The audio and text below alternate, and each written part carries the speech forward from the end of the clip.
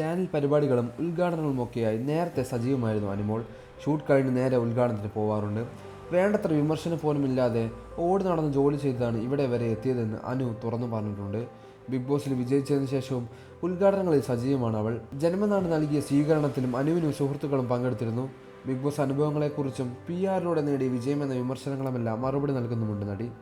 RJ മാത്യുക്കുട്ടിയും Raj കലേഷിനുമൊപ്പമുള്ള വീഡിയോയാണ് ഇപ്പോൾ ചർച്ചയായി മാറിയിട്ടുള്ളത്. ബിഗ് ബോസിൽ നിന്ന് മൊത്തം പൈസ കിട്ടിയിട്ടില്ല, കാറ് വരാൻ ലേറ്റാവും, 16 ലക്ഷം രൂപ കയ്യിലുണ്ടായിരുന്നുവെങ്കിൽ ഞാൻ ഒരിക്കലും ബിഗ് ബോസ് പോയില്ലായിരുന്നു.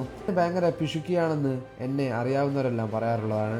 അങ്ങനെയുള്ള ഞാൻ എന്തിനാണ് 16 ലക്ഷം രൂപ കൊടുത്ത് ബിഗ് ബോസിൽ കയറുന്നതിനായാലും PR വിമർശനങ്ങളെക്കുറിച്ചുള്ള ചോദ്യങ്ങൾക്കാണ് പ്രതികരിച്ചത്. മത്സരാർത്ഥിയായിരുന്ന അനീഷിനെ വിവാഹം ചെയ്യുന്നതിനെക്കുറിച്ചും ചോദ്യങ്ങൾക്കും അനു മറുപടി നൽകിയിരുന്നു. അനീഷ് ചേട്ടനെ കെട്ടുമോ അതോ PR-നെ കെട്ടുമോ എന്നൊക്കെയാണ് ഇപ്പോഴത്തെ ചോദ്യങ്ങൾ. അവരെ രണ്ടുപേരെയും ഞാൻ കെട്ടാൻ ഉദ്ദേശിക്കുന്നില്ല. അവർ രണ്ടുപേരും എൻ്റെ സഹോദരങ്ങളാണ്. ഞാൻ വേറെ ആരെങ്കിലും കെട്ടും എന്നായിരുന്നു മറുപടി. ഉടൻ പണം ചെയ്യുന്ന സമയത്താണ് കലേഷും മാത്യുക്കുട്ടിയും അനുവുമായി പരിചയത്തിലായത്.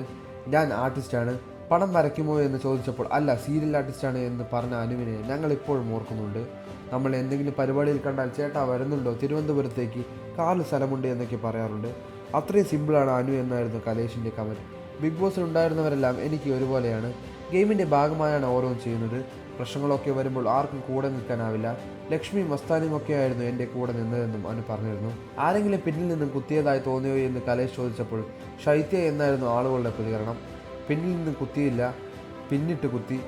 അതെല്ലാം ഞാൻ അവിടെ കളഞ്ഞിട്ട് പോകുന്നതാണ്. അതുകൊണ്ട് വീട്ടിൽ പോയില്ല. ഫോണില്ലാതെ ജീവിക്കാൻ പറ്റില്ലായിരുന്നു എനിക്ക്.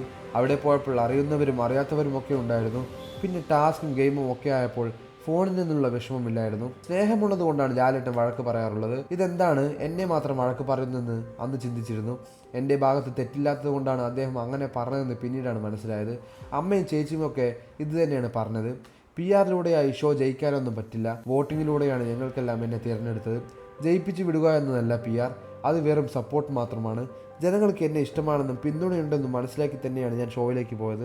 സ്വന്തം വീട്ടിലെ ഒരാളെ പോലെയാണ് എന്നെ കാണുന്നതെന്ന് ചിലരൊക്കെ പറയാറുണ്ട്.